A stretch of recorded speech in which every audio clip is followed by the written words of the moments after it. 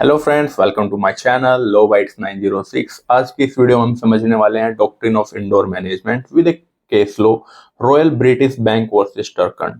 इस डॉक्ट्रिन को टर्कन रूल भी बोलते हैं क्योंकि सबसे पहली बार इसको इसी केस के अंदर एस्टेब्लिश किया गया था।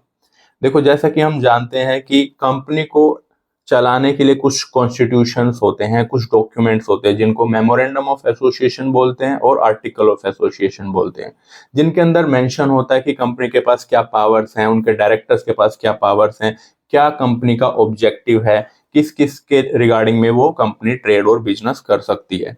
अब जो मेमोरेंडम ऑफ एसोसिएशन होता है और आर्टिकल ऑफ एसोसिएशन होता है, उसको ऐसा अज्यूम किया जाता है कि कोई भी एक रीजनेबल पर्सन उसको पहले पढ़ेगा, तभी किसी कंपनी के साथ वो कोई भी ट्रेड रिलेशन एस्टेब्लिश करेगा। इसीलिए मेमोरेंडम ऑफ एसोसिएशन और आर्टिकल ऑफ एसोसिएशन दोनों ही कंस्ट्रक्टिव नोटिस के अंदर आते हैं, और कंस्ट्रक्टिव नोटिस का बेनिफिट जो है वो कंपनी को मिलता है, क्योंकि अगर कंपनी कोई ऐसा किसी पर्सन के साथ ट्रेड रिलेशन एस्टेब्लिश करती है जो कि कंपनी नहीं कर सकती है, मतलब अल्ट्रा वायर है कंपनी के लिए, तो उसका बेनिफिट जो है कंपनी को मिलता है, और वो पर्सन जो है उसके रिगार्डिंग कोर्ट में रिलीफ नहीं अटेन कर सकता है।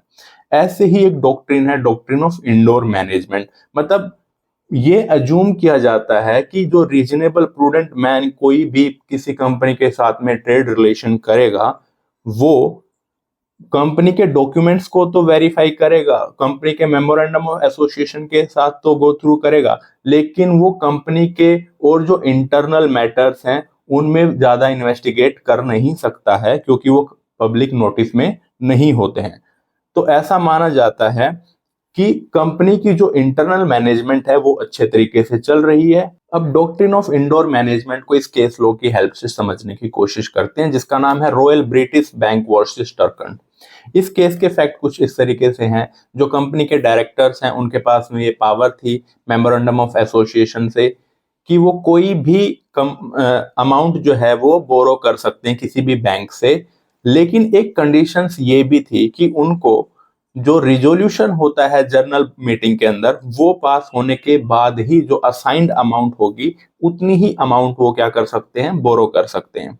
अब जो प्लेंटिफ इस केस में बैंक है, वो बैंक के पास डायरेक्टर्स जाते हैं, तो डायरेक्टर्स क्या करते हैं, इस केस में जो कंपनी की बॉन्ड होता है उसके थ्रू प्लेंटिफ बैंक से लोन ले लेते हैं।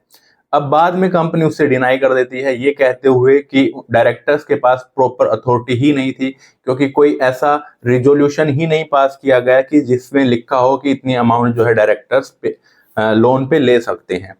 तो इस केस के इशू क्या अराइज होता है, whether the bank was before giving the loan bound to ensure that the necessary resolution in terms of the deed of settlement has been passed। एक इशू तो ये अराइज होता है। दूसरा क्या अराइज होता है, whether the company was liable for the loan or the person the director is liable for the loan। Court इस केस में ये ऑब्जर्वेशन देता है, अगर एक रीजनेबल प्रूडेंट मैन को ये लगता है कि जो कंपनी के डॉक्यूमेंट हैं वो लेजिटिमेट हैं, तो उसको फर्दर इन्वेस्टिगेशन करने की जरूरत नहीं है।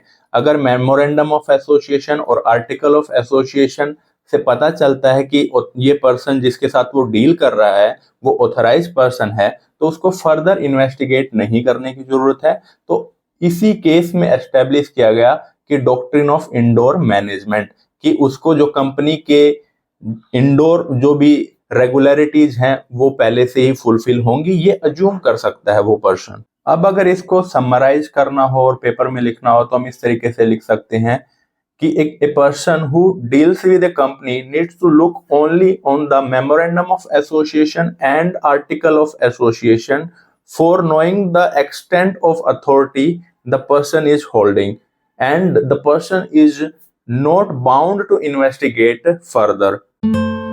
आई होप आपको ये वीडियो समझ में आई होगी। अगर आपकी कोई क्वेरी है तो आप कमेंट सेक्शन में अपनी क्वेरी बता सकते हो। Thank you for watching this. Thank you so much.